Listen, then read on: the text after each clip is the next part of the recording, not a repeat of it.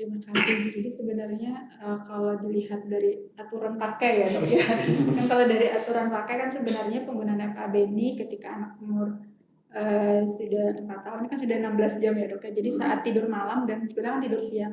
Karena FAB ini kan kenapa diatur seperti ini, disetting di sini seperti ini, karena ini memang sepatu bukan untuk sepatu jalan. Ya kan, jadi ini memang bukan untuk sepatu jalan. Satu hal lagi sebenarnya kalau kita lihat gitu ya, maksudnya kalau kuat, kalau dia tuh sebenarnya lumayan ya, lumayan tapi kok bisa patah. Nah jadi ibaratnya mungkin kadang lihat anak kecil gitu ya, gerakannya kan paling ringan segala macam, tapi ketika itu dilakukan berulang-ulang, ya anggaplah mungkin ada batu dan air ditetesin walaupun kecil, batu itu kerasnya kurang keras seperti apa itu masih bisa ngelubangin gitu. Nah kalau misalnya ini pun sudah berat, dengan tetap ada evaluasi di kita, bagaimanapun mencari bahan yang kuat tetapi ringan. Nah kalau misalnya seperti itu, sehingga apapun dalam perkembangan anak itu kita tidak boleh mengabaikan.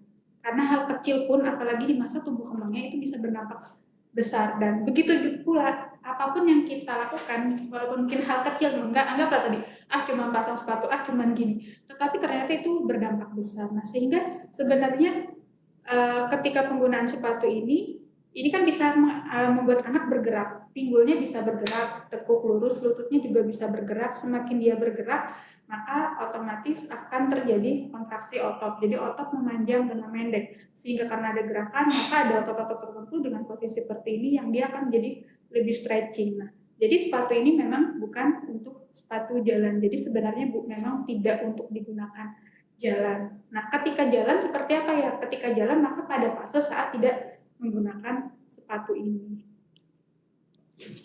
Memang aslinya memang sebenarnya aslinya bukan untuk bisa lihat sini ya Mas Agus ya. Ya, tadi aslinya ketika maga ini memang tidak berjalan. Tetapi ini mungkin salah satu kearifan lokal RSO. Jadi ketika di Iowa sekarang memang nggak ada yang satu di bagian jalan. Tetapi di Indonesia sebagai dokter tuh seringkali saya kalah menghadapi emak-emak itu. Karena saya mau jalan kalau 1-2 emak-emak itu saya masih bisa memberikan penjelasan. Tapi kalau sehari itu ada beberapa ibu-ibu yang menyebut saya, akhirnya yaudahlah, boleh dipakai untuk jalan dengan resiko bahannya mungkin lebih mudah patah. Dan yang kedua ya kita akali karena di sini ada stroke-nya, hanya kita bikin sole di sini. Sole-nya cukup tebal untuk melindungi stroke-nya ini. Itu yang bisa dianukan di sini dan ya banyak juga loh yang bisa lari-lari meskipun pakai FAB ini dan tidak patah gitu loh. Dan anak juga happy ya, saya kira yang penting compliant. Jadi taat pemakaian aja udah oke lah, apapun yang kita kerjakan biar anak-anak itu senang dan bisa memakai. Jadi Mas Adian dia nambah pekerjaan lagi dengan membuat konsol yang ada di bawah sini. Seingat saya memang di tempat kita ya yang diperbolehkan untuk jalan dengan makan sol itu. Ya, apakah ada pengaruh buruknya? Saya kira kok enggak ada pengaruh buruknya.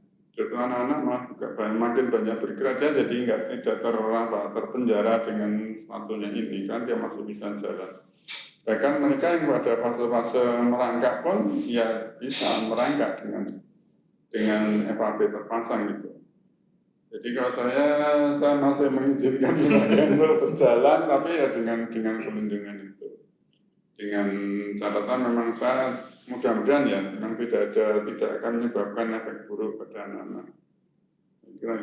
Ya saya boleh nanti pakai sol gitu aja. Berarti terima kasih pada ayah bunda semua karena gara-gara ayah bunda semua anak-anaknya aktif bergerak sehingga beliau itu menemukan cara baru ditambahin sol tadi. Itu satu bentuk kreativitas akibat